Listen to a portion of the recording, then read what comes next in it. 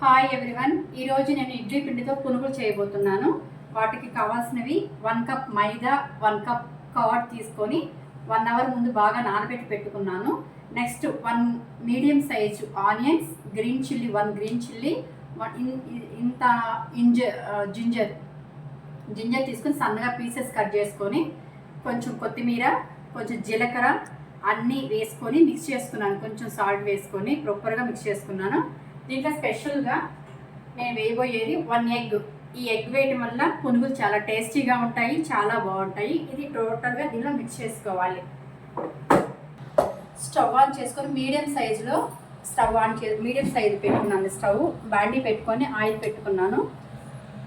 Oil ఇటెక్కిన తర్వాత ఇలా చేత్తో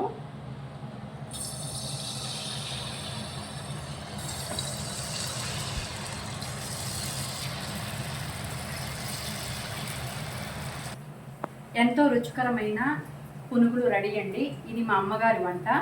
ఎగ్ వేయటం వల్ల చాలా క్రిస్పీగా ఉంటాయి, చాలా టేస్టీగా ఉంటాయి. వీటి సీక్రెట్ ఎగ్ పునుగులు చాలా బాగుంటాయండి. నేను చేసింది నచ్చితే, ఈ వీడియో మీకు నచ్చితే like, share, subscribe, comment please share.